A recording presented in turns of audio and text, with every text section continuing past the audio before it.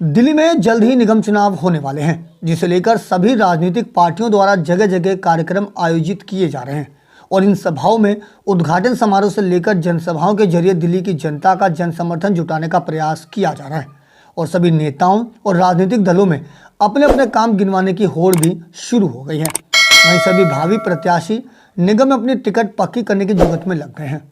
इसी कड़ी में दिल्ली के उद्योग नगर इलाके में बीजेपी दिल्ली प्रदेश व्यावसायिक प्रकोष्ठ द्वारा दिल्ली प्रदेश अध्यक्ष आदेश गुप्ता के स्वागत समारोह और हास्य कवि सम्मेलन का भी आयोजन किया गया।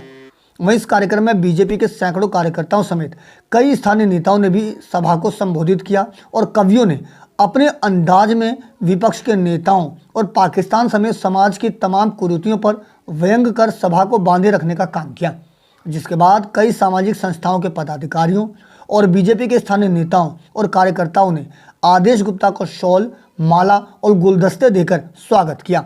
साथ ही प्रकोष्ठ के लोगों ने भगवान शिव की मूर्ति और गदा भेंट की और बड़ी संख्या में लोगों को बीजेपी ज्वाइन कराई।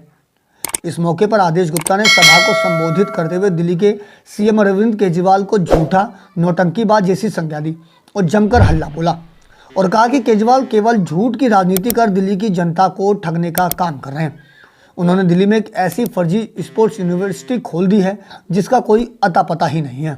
आज जिस तरह से इस क्षेत्र के रोनी क्षेत्र और ये नागलोई क्षेत्र के व्यावसायिक प्रकोष्ठ की बैठक थी और बड़ी संख्या में हमारे पार्टी के साथ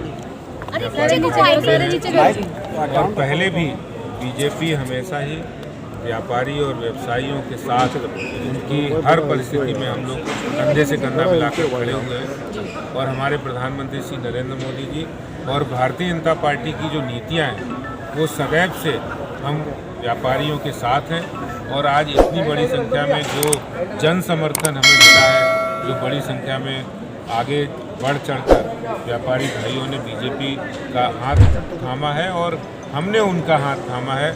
निश्चित रूप से ये एक बहुत बड़ा संकेत है जो दिल्ली के अंदर परिवर्तन की कहानी कह रहा है। जो दिल्ली के अंदर जो लोग जिनका दिल्ली में आम आदमी पार्टी के साथ जुड़ा हुआ भी था, उनका भी आज मोह भंग हो रहा है क्योंकि वो सरकार, वो उनकी नीतियाँ झूठ पर आधारित हैं और वो अब सब लोगों को पता लग रहा है। सच्चाई है कि कर्नम मल्लेश्वरी को जाके घर जाके उन्होंने उनका वीसी बनाया, लेकिन आज केजरीवाल जी से पूछना चाहते तो कहाँ है वो, कहाँ स्पोर्ट्स यूनिवर्सिटी है, कहाँ ग्राउंड है, कहाँ खिलाड़ी है।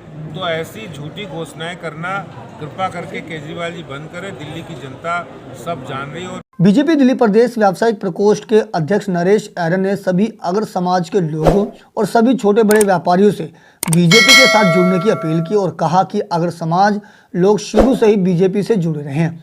शायद यही वजह है कि पहले बीजेपी को अग्रों की पार्टी कहा जाता था। ऐसे में यदि दिल्ली और देश का व्यापारी वर्ग ये चाहता है कि उसका और देश दोनों का विकास हो, तो हम सभी को एक बार फिर से बीजेपी का दामन थामना ही पड़ेगा। ये हमारी जननी है। अगर आप पहले बात करोगे तो व्यापारियों की, अग्रवाल समाजों की, वैश्य समाज की ये पार्टी होती थी। हमें मुख्य धारा में वापसी आना है, मोदी जी के हाथ मजबूत करने हैं। अमित शाह जी वैश्य वर्ग से आते हैं, इतना ताकतवर कोई बढ़िया और होगा नहीं जो अमित शाह जी ने काम किए हैं। चाहे धारा 370 तोड़नी हो, जो भी तोड़नी हो, मोस्टली व्यवसायी वैश्य करते हैं। मैं सभी से अपील करना चाहूँगा, आप दोबारा आएँ, मुख्य धारा में जुड़े। यदि कल्याण चाहते हो देश का, दिल्ली का, तो आपको पुण्य भारतीय जनता पार्टी की ओर मूव करना पड़ेगा। ऐसे में अब देखना लाजमी होगा कि बीजेपी दिल्ली प्रदेश व्यावसायिक प्रकोष्ठ द्वारा किया गया ये कार्यक्रम अग्र समाज और व्यापारी वर्ग को कितना आकर्षित कर पाता है। खैर, ये तो आने वाले निगम चुनाव के बाद ही पता चल पाएगा। दिल्ली से अपने सहयोगी दीपक ठाकुर के साथ अजीत कुमार की रिपोर्ट, हम वतन टीवी।